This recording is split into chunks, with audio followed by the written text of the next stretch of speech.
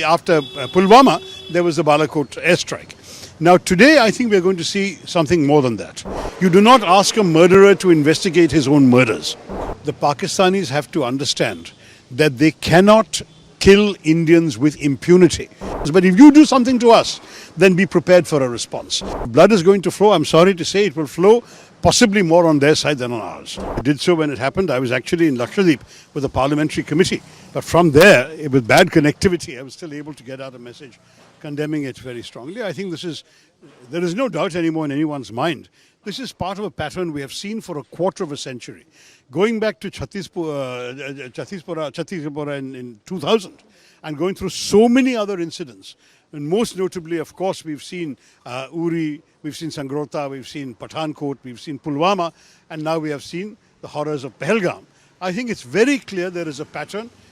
People are encouraged, trained, armed, equipped, and often guided from across the border. Then Pakistan denies all responsibility. Eventually responsibility is established, proven, including by foreign intelligence agencies. And then India has to cede, but we tend not to escalate beyond a point. Last two times there was some retaliation. After URI, we sent the government sent a surgical strike across the border, and after Balakot, after Pulwama, there was the Balakot airstrike. Now today, I think we're going to see something more than that. I think it's very clear that while we have a whole range of options, diplomatic, economic, intelligence sharing, covert action, overt action, all of that, some sort of visible military response is unavoidable. I think the nation is demanding it and expecting it. No one knows what it will be, where it will be, and when it will be. But I am convinced there will be some response. So at the same time, after Modi government came into power, it's the seventh or eighth time this type of attack is going on. It's at least the 11th or 12th time that the casualties have been more than one or two people.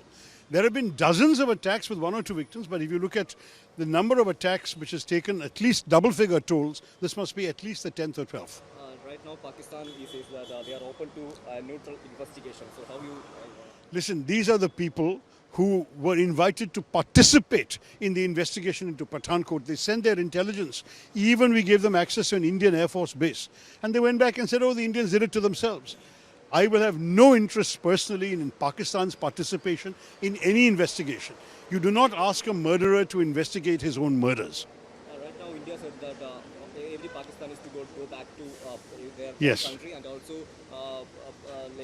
they have stopped the Indus Valley Treaty as well. So how you see these measures taken by Indian government? Look, the human costs of people being forced to go back is sad. I know there are, in Kerala alone, I believe 59 Pakistani citizens are medical patients here, and they will have to go in the middle of their treatment. There are husbands and wives across the border in both countries who will be affected.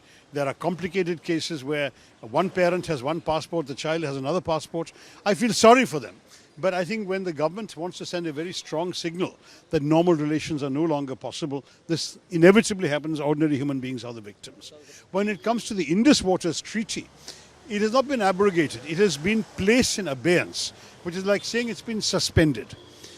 Frankly, at the moment, I don't see very much change to the Pakistanis because India has not built either storage facilities or diversionary structures into which the water can go.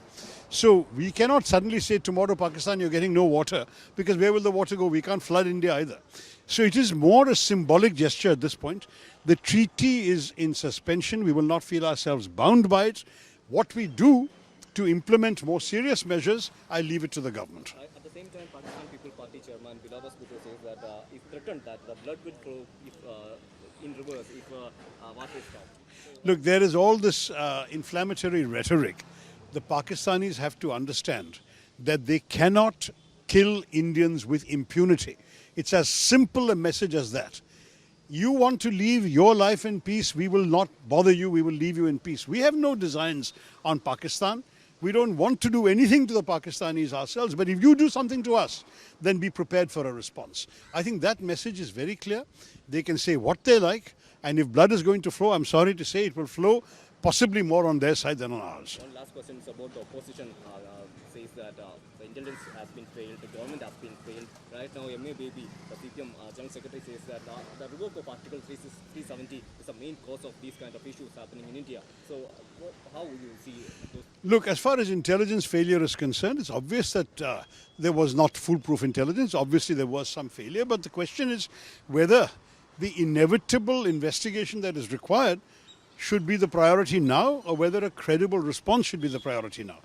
In due course, there will have to be an investigation by the government, because it's the government's own responsibility to fix accountability and figure out what happened. And I hope they will do so. But we've got the example of Israel, October 7th. The world's best intelligence services, according to everybody, were taken by surprise on October 7th just 2 years ago.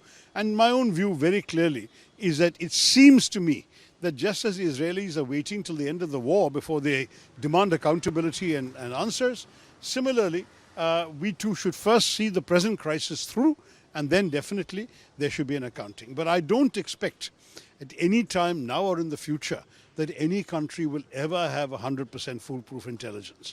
Sometimes you succeed, sometimes you don't. We'll never know about the various terror attacks that were successfully thwarted. We only know about the ones we failed to thwart. That is normal in any kind of relationship. I do agree that there were failures, but I do not agree right now that that should be the main focus. Main focus should be the outrageous crimes committed against innocent Indian tourists, the damage that is sought to be wrought to the economy of Kashmir in order to increase discontent in Kashmir, the damage being done to communal relations even within India by their kind of inflammatory communal rhetoric when the general in charge of the Pakistan army says Hindus and Muslims can never live together. What is the message he wants to send? This is disgraceful, contemptible language, and we must stand up firmly and unitedly against it. To my mind, all of India is united in wanting to give a fitting response to the Pakistanis. Minutes before Narendra Modi in her Man Ki Baat says that the perpetrators will get a harsh hit response. So do you think this harsh hit response will give at a time quickly for the... No, I'm sure it won't be too long in coming, but obviously the government will not signal what it is until it's happened. I mean, you have some desire to show some element of surprise in what you do, but there will certainly be a response. And what is more, I believe the nation will support whatever response the government judges appropriate, because we are no longer going to take this lying down. When we are talking, there are tensions going on in Pakistan and India borders. So how do you see those things as well? Look, it's sad. No one wants war. Any government of India is focused, first of all, on the development of India, on the economy, on the growth, on the prosperity of the Indian people. We don't want to be distracted by war. We didn't start this. And let's make that very clear. We are a country that is not interested in initiating war with anybody. It's not in our civilizational history. It is not in our recent political history. We are a country that wants to live in peace and focus on the well-being of our own people. Unfortunately, there are malign, evil men on the other side of the border who will not let us live in peace, who are determined to destroy all hopes of peace in our country. And that is why it is indispensable that we teach them a lesson so they're not tempted to misbehave like this again in future. The last question is about Trump, the statement. He said that India and Pakistan will figure it out one way or other. This is what Trump said. One way or the other? Well, we're going to try. We've tried many ways. I think we'll try one more. And then we'll see how they're going to figure it out in response. And then if necessary, we'll respond again. Okay.